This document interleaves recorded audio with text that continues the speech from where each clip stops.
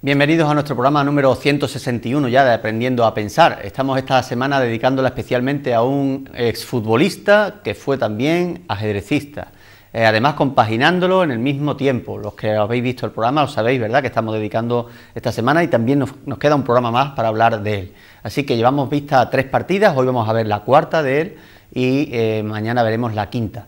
Son partidas todas que nos han causado curiosidad porque no solamente este hombre fue futbolista, sino que llegó a la cumbre en el ajedrez. Llegó a ser, podemos decir, sexto del mundo porque jugó el campeonato de candidatos para jugar el campeonato mundial, llegó a ser segundo de Europa Junior, llegó a ser entrenador del campeón mundial de ajedrez y en su selección como futbolista pues llegó a ser internacional. Creo que 9 veces llegó a marcar un gol como delantero centro, así que toda una eminencia en ambos campos, en ambas disciplinas. Así que vamos a ver hoy una partida que jugó Agdestein contra Jonathan Spielman. Esta partida se jugó en Hastings, Inglaterra, en 1992. Y sobre todo vamos a disfrutar de cómo él prepara los ataques de manera aparentemente muy tranquila, pero cuando se desata todo va muy rápido y las blancas ya no tienen solución. En este caso él conducía las piezas negras y espero que disfrutéis de esta partida.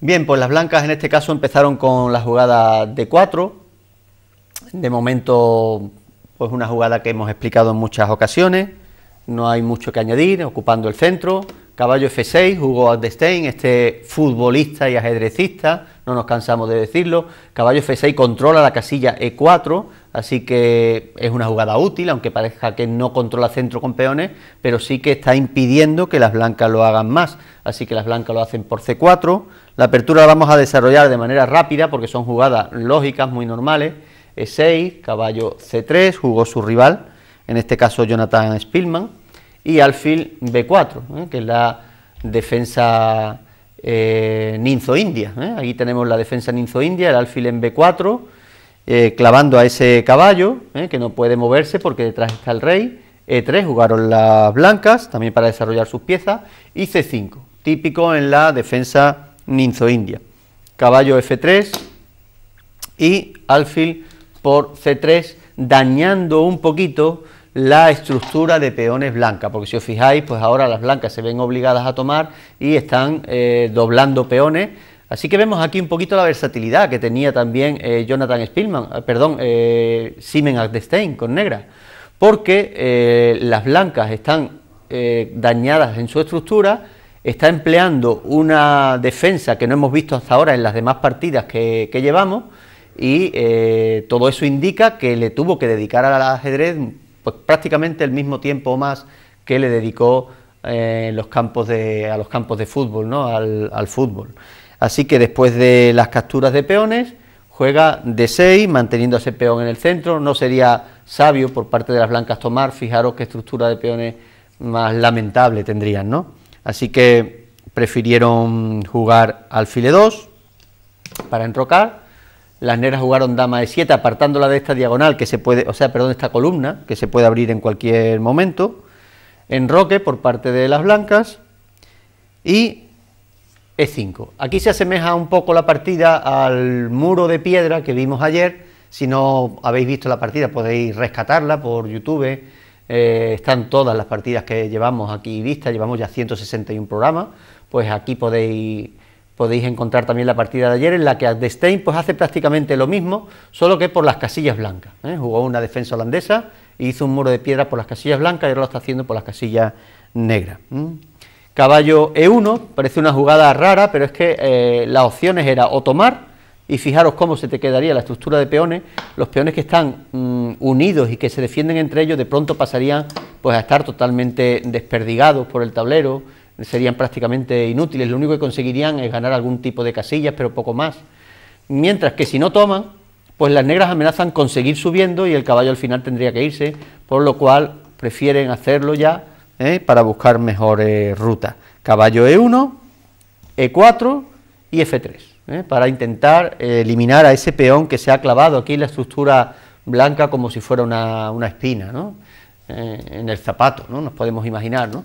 Alfil F5, controlando a esa posible recaptura de peón, Eso fue lo que ocurrió, peón por peón y alfil por peón. Y ahora ya no es la espina tan pequeña como un peón, sino que es como tan grande como un alfil, ¿no? Fijaros cómo el alfil está apuntando al enroque, que está quedando un poquito dañado, ¿eh? Todavía queda mucho para hacer el ataque final.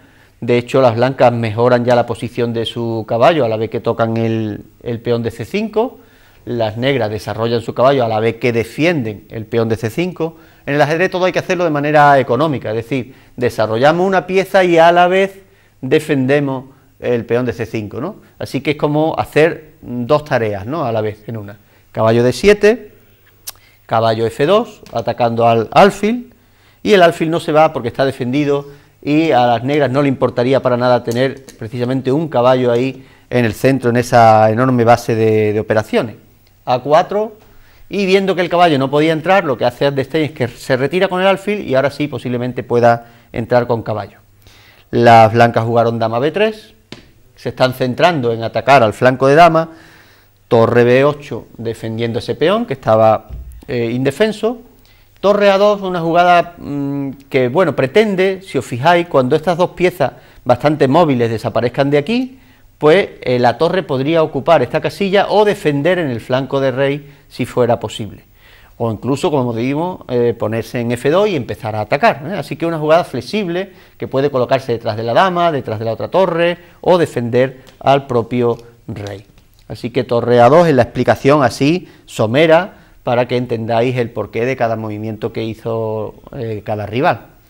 Por fin se instala el caballo ya en E4, las blancas desprecian ese cambio, juegan caballo H3 y de nuevo otra jugada ofensiva por parte de Simen Adestein, este jugador desplegando ya su ataque, más que nada podemos decir que lo está preparando, así todo un caballo muy bien, el peón apoyando y en algún momento puede seguir subiendo, la torre que no actuaba en el ataque de pronto ya empieza a tener más espacio para poder entrar, así que F5 es una buena jugada, alfil de 3 por parte de las blancas, y fijaros cómo la casilla que había dejado el otro caballo, pues ahora la ocupa el segundo, así que el caballo está apoyado por el otro, aparte que puede saltar también a G4 y fijaros que dos caballos más peligrosos. Después de caballo F4 por parte de las blancas, torre C8 jugaron las negras, hay que estar pendiente de todo el tablero, no solamente mirar el lugar por donde estamos atacando. G3 jugaron las blancas, alfil F7 las negras incomodando a esta dama y también a la torre, aunque parezca que no, pero una pieza así no se siente cómoda, así que la torre ya la quitan y fijaros dónde se coloca precisamente en G2, está defendiendo al final al rey. De todas las tareas posibles que dijimos que podía elegir, pues está defendiendo a los peones, a cualquier sacrificio que pueda venir en el enroque blanco. Las negras jugaron torre C7 y las blancas alfil B2, seguimos con las maniobras, de momento todo normal, las torres se doblan en la columna C, las negras parece que están jugando un juego que solemos decir, un juego universal, que es jugar por todo el tablero.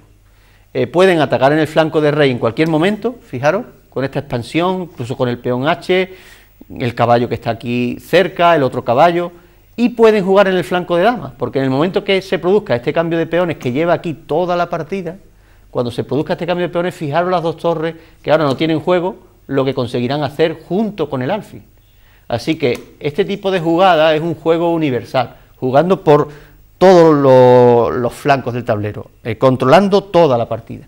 Eso obliga a que las blancas tengan miedo a esta jugada y les obliga a cerrar, anulando por completo al alfil y anulando por completo la torre, pero a la vez consiguiendo lo que querían las negras, y es que el centro ya por fin quede decidido. Las blancas ya por fin han entendido que las negras, si le tomaban, no le iban a arreglar la estructura de peones, sino que iban a salir perdiendo, así que han tenido que subir este peón, y al subir y quedar fija la estructura, las torres que ya no hacen nada ahí, ni el alfil, seguramente se van a dedicar a traspasarlas al otro flanco. Y eso, fijaros cómo fue lo que ocurrió ya inmediatamente, porque hicieron G5. G5 atacando al caballo, sin importar que estamos moviendo el peón del rey, porque es mucho más peligroso que estos peones choquen contra la estructura blanca, se va a sentir mucho más incómodo el rey blanco que el rey negro. El caballo se va a H3, y el alfil a G6. Esto es muy importante, no podemos sentirnos tan valientes como cuando jugamos nuestras partidas, de hacer este tipo de jugadas a lo loco y dejando nuestro rey mal, si después no hay piezas que vayan ocupando los espacios detrás que ha ido dejando el peón, porque así nuestro rey se va a sentir de nuevo cómodo y estos peones van a servir de acicate para irrumpir en la posición, en la muralla blanca, ¿no? Así que alfil C1, fijaros cómo las blancas empiezan a venir a traer sus piezas para la defensa. Va a ser un poco tarde, porque ya los dos caballos se suman al ataque. Fijaros cómo se están retrasando las piezas para atacar a los que van llegando, y se suma también ahora el peón H. Esto es un juego ya impresionante que demuestra cómo este futbolista llegó a ser gran maestro en ajedrez, compaginó ambos deportes. Así que H5 demuestra que es una jugada, antes las demás de la apertura podíamos decir que lo hace cualquier persona, ¿no? Pero ya cuando llegamos al medio juego y hay que pensar en una estrategia, en un plan, y vemos este tipo de juego que está desplegando Agdestein, vemos que era un grande del tablero, y de hecho lo es, porque es actualmente entrenador del campeón mundial, el noruego Carlsen. Así que rey H1, huyendo ya de esa avalancha que se le viene encima, y a esa avalancha se suma también la dama. Fijaros cómo estas dos piezas apuntan peligrosamente al peón de G3, en cualquier momento puede venir un sacrificio, todavía no, porque hay todavía piezas que le ayudan, ¿no? A5 por si había alguna esperanza de jugar en el flanco de dama, pero fijaros cómo las dos torres, que ya no hacían nada, también las pasa al flanco de rey Agdestein. Esto es un ejemplo brutal de cómo preparar un ataque, no lanzarse a lo loco, sino irlo preparando con todas las piezas, traer todos los juguetes a la guardería, como diría Jacob Aagaard, un autor inglés de muchos manuales de ajedrez, que suele usar esa expresión, ¿no? Traer todos los juguetes a la guardería, todos esas piezas, para que luego no tengamos que empezar a atacar, nos veamos falto de ellas y empezar a traerlas ya tarde. Así que ya están preparadas todas aquí.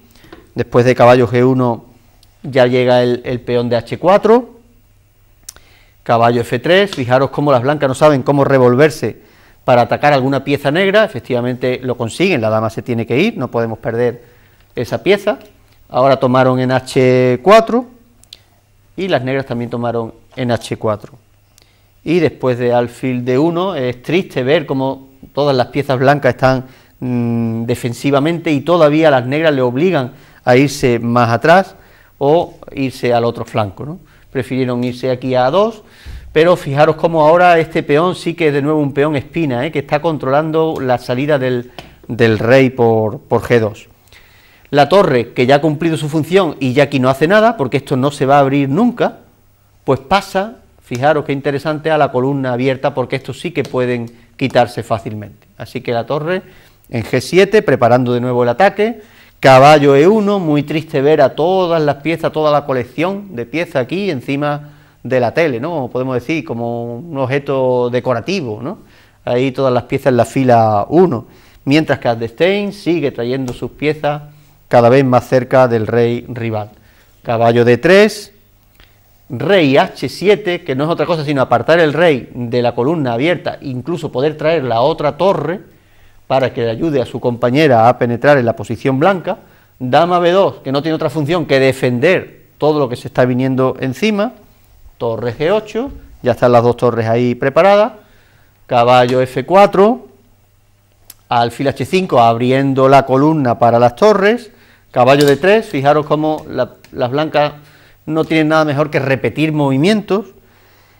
Dama G5, es decir, ahora ya no solo la torre, sino la torre y la dama, cuando se despeje el caballo, van a estar las tres piezas atacando, y en este momento, y en esta posición tan triste, si os fijáis, las blancas decidieron abandonar la partida. ¿Por qué? Diréis, me he quedado con las ganas de ver el remate final. Bueno, podemos verlo, es muy sencillo. Podemos decir que es mate inevitable, hagan lo que hagan las blancas, pues las negras harían, por ejemplo, caballo por, despejando esta diagonal, o caballo por peón, o caballo F2, y dando mate aquí abajo en G1. ¿Por qué? Aunque perdamos la dama, porque tenemos dos torres más que nos estarían ayudando. Así que una partida genial, brutal, de Simen Agdestein, que demostró que era un genio en el tablero y también, sobre todo porque lo pudo compaginar con este deporte del fútbol. Vamos a seguir viendo un poquito más de él, un día más al menos, en este homenaje que le estamos haciendo a Albert Stein.